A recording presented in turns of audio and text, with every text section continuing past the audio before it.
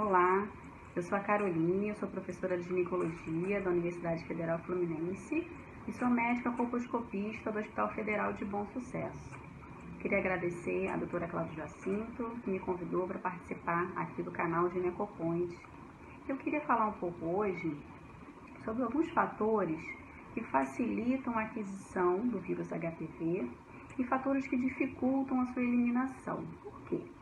Algumas pessoas acreditam que basta ter o vírus e aí sim vai desenvolver alguma lesão e ficam muito preocupados com isso.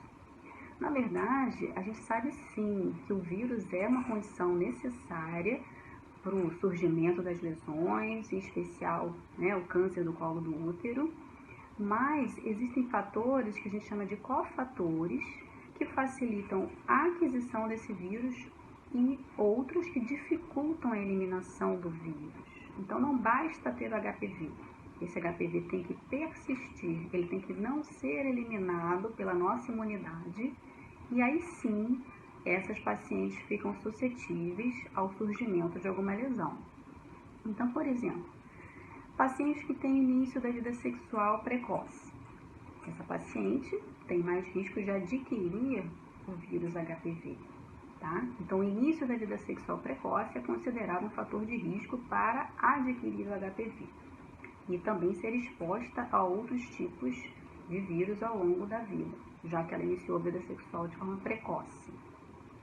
A paciente que tem vários parceiros sexuais, essa paciente também está mais exposta. Então, isso também é um fator de risco para a aquisição do vírus. Outros fatores, como por exemplo, a paciente que tem muitas gestações. A gente sabe que a gestação é um período que fisiologicamente existe uma baixa da imunidade.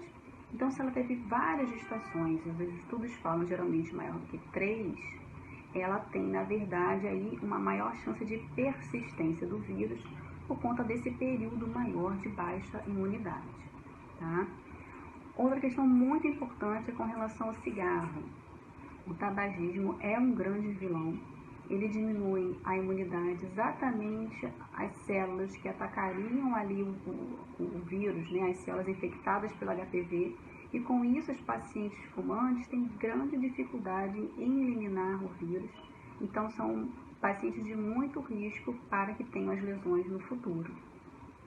Outra questão, com relação aos contraceptivos hormonais, pílulas, anéis, adesivos.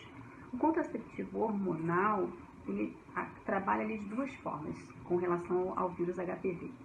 Uma é que algumas pacientes acabam abolindo o uso do preservativo porque já estão protegidas de gravidez com o hormônio, tá? Então, na verdade, facilita a aquisição porque não vai ter uso do preservativo.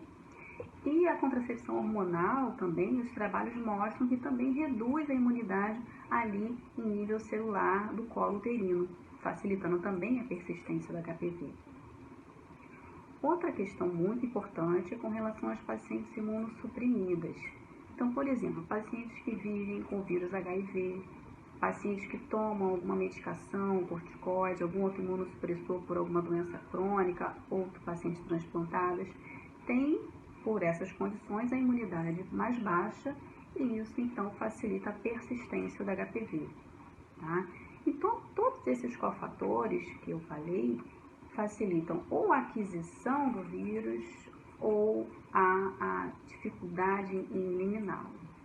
Então, esses fatores são muito importantes que sejam conversados com a paciente para ver o que ela pode mudar nisso aí e que ela não esteja num grupo de risco para a persistência do HPV.